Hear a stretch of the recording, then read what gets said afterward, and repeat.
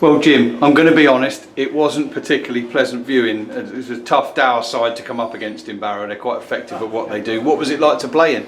It was, yeah, they are hard to play against, but we were really disappointed today, and we spoke about it in there in detail, and even out on the pitch just now with the boys, and we know that's not how we want to be playing games. And Barrow, yeah, are a tough team to play against, but we were nowhere near on it enough today. It's sometimes hard to put a finger on that. I know Barry's just been asked the same question because we come into the game with confidence, two decent results over Easter, and you've had a full week to prepare. There's some talk of a virus in the squad. Has that gone right through the squad, or is it just a couple of players affected by it? Yeah, a few boys are off with the illness. A couple have got it. That's not an excuse. No. I've played games in the past, and just all the boys have, where you've been sort of on the sick bed, but you get into a game and everything goes away. So, yeah, no excuses there. Hopefully that will clear up within this week. But yeah, bizarre. We were confident. I felt good going into the game. I think we all did, and it just didn't happen today. But it's easy to say that it just didn't happen. We didn't make it happen. Defensively, I think as a team we performed pretty well throughout most of the game, and we coped with most of what they had to throw at. It was just the one cross which the lad got up and headed really well back across Phil Smith. But as far as the unit's concerned defensively, it was strong, wasn't it? But we just perhaps lacked a little bit of a spark going forward really today.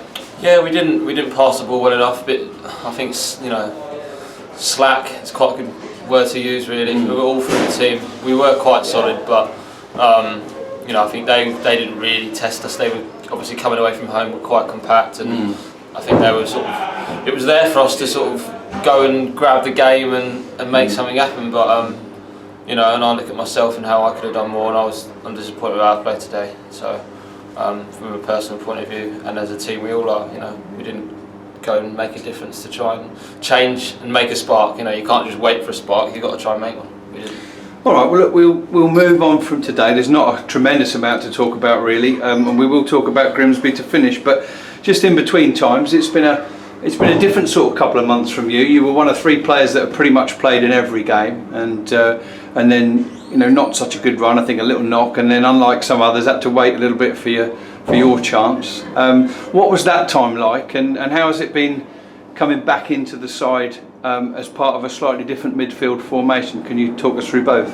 Yeah, the spell on the sidelines was obviously frustrating, but we had some decent results, and the form was fairly good, and that's part of football. So I just cut my head down and worked hard to try and get back in the team, and waited for the opportunity to come again, which was Welling, I think it was, which we obviously got the win, and then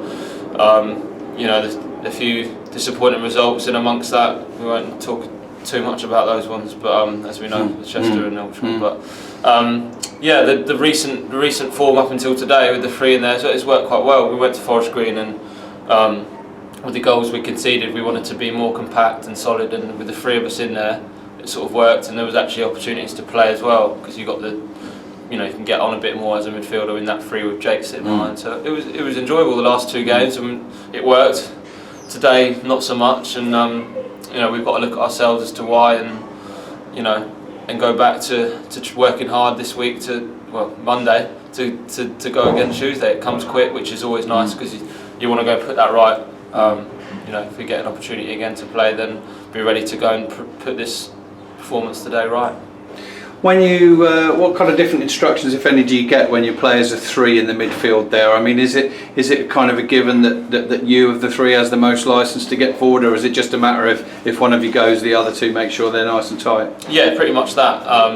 You're sort of just having a little look and recognising Jake's being the sitter, so it's between me and Sam really. If one of us is getting in the box, the other one makes sure that they're sitting out, so that we keep that balance. But no, he does have a bit of licence to get forwards. It didn't really work like that today. We didn't play enough football to sort of get in between the lines, and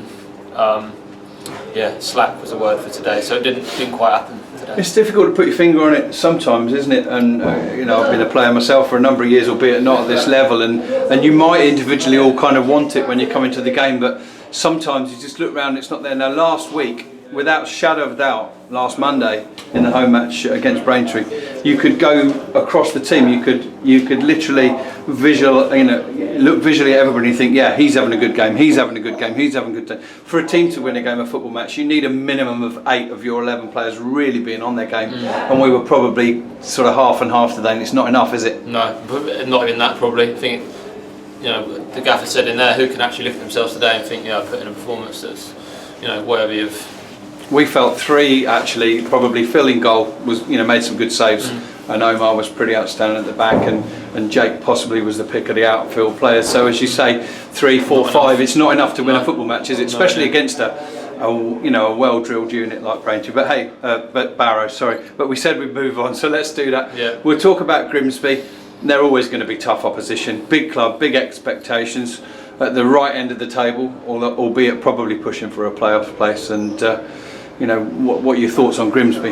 Yeah, looking forward to a tough game. They're all tough games. You see today is a tough game, and on paper you think Barrow's probably a more winnable game than Grimsby, but it doesn't always happen like that. And no. We can go and like I say, have a bit between our teeth to put today right, which will give us an extra little edge to our performance, hopefully, to want to right a wrong, if you like, in today's performance. And we know Grimsby will be a tough game. We'll go in Monday, get prepared, and be ready to sort of come out the blocks properly.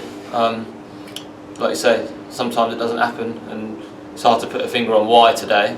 I'll certainly be going away and thinking about why I wasn't on it, and looking forward to a tough game at Grimsby, but an opportunity to put it right. Thanks, Jim, as ever, for a very honest assessment on today, which we'll brush off and move on, hopefully very quickly, with improved performance on Tuesday night. Cheers. Cheers, Jim.